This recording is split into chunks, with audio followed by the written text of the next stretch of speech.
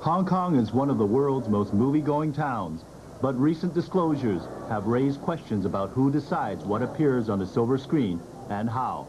We'll look at the film's censorship issue tonight on Focus.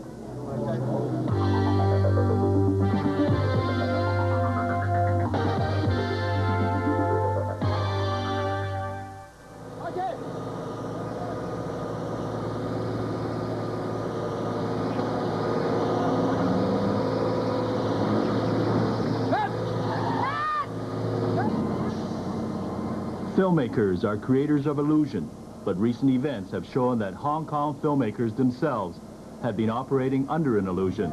The illusion that the government had legal authority to censor or ban their creations on the basis of sex, violence, or political content.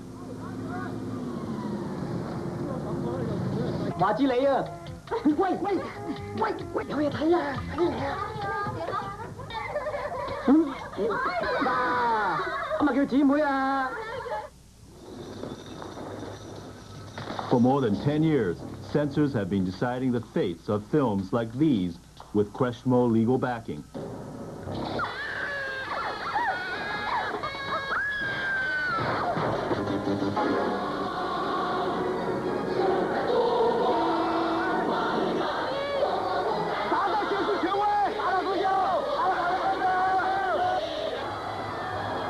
Opium Wars was banned initially, but passed after the Sino-British Joint Declaration was signed.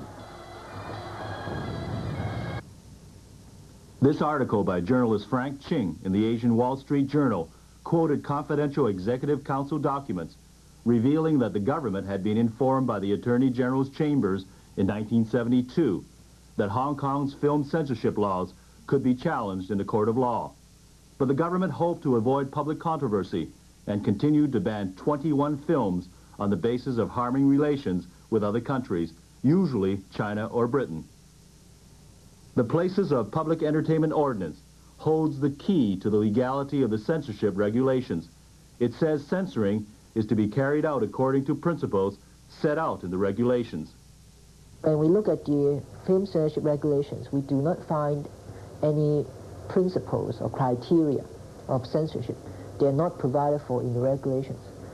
So it may be argued that the regulations are invalid because they are inconsistent with the requirement in the ordinance that the regulations should provide for the principles or criteria of censorship. But does the word may in the ordinance mean the principles are optional? Mr. Chen and another lawyer, Nahil Jayawikrama, both feel that in this case the principles are mandatory. If the decision is taken to censor films, if it is decided that films should be censored, then it is obligatory, in my view, to prescribe the grounds on which films may be censored without leaving it to the whim and fancy of individual censors. But the letters patent give the governor and council power to make laws to deal with public peace and order. Won't political censorship fall under this provision? The governor, like any one of us, is subject to the law, and whatever he does has to be derived from the law. Unless the law has specifically conferred on him authority to do something, he cannot do that. And there is nothing, to my knowledge, nothing in the letters patent dealing with the subject of film censorship, or which would enable him to intervene in matters relating to film censorship. At that time, the government took a conscious decision not to change the law because it felt that the regulations as they stood then was generally understood by the trade, and in any case there had not been any challenge either by the trade or by cinema goers or anyone. So government adopted, you know, as most people might say, the easy way out by not doing nothing. These documents show that the government hoped to continue to do as little as possible and avoid controversy by amending the faulty regulations quietly and keeping censoring powers with the administration. But once the documents were leaked, the Legislative Council insisted on new measures to handle censorship through legislation. Last week in Legco, the Chief Secretary, David Ford, announced new proposed legislation for that purpose. Mr. Ford also claimed that some LegCo members had learned of the censorship regulations' dubious status at a meeting of OMELCO Public Relations Ad Hoc Group last year. But the convener of the ad hoc group, Yung Po Kwan, says little attention was drawn to this point. If we were told very frankly and very clearly that the legal force is in doubt, shall I put it that way, I think members of the panel would definitely be on the alert. Well, do you feel that this was a sort of planned, that the government wished to be a little extra subtle about it, hoping that you wouldn't catch on? Or do you think that maybe LegCo members were a little slow on the uptake in this case?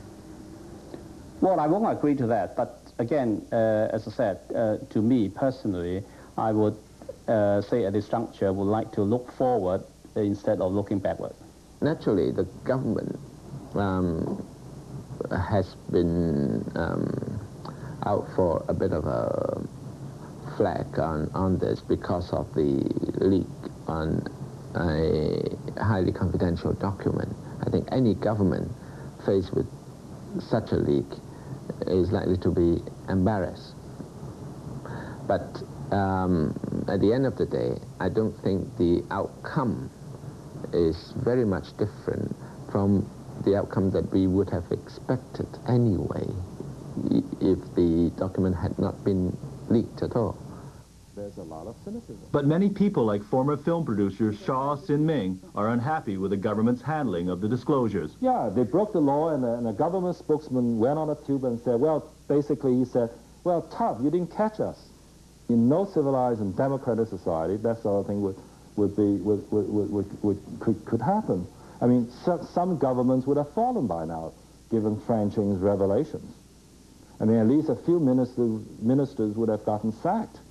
But nothing like that is happening.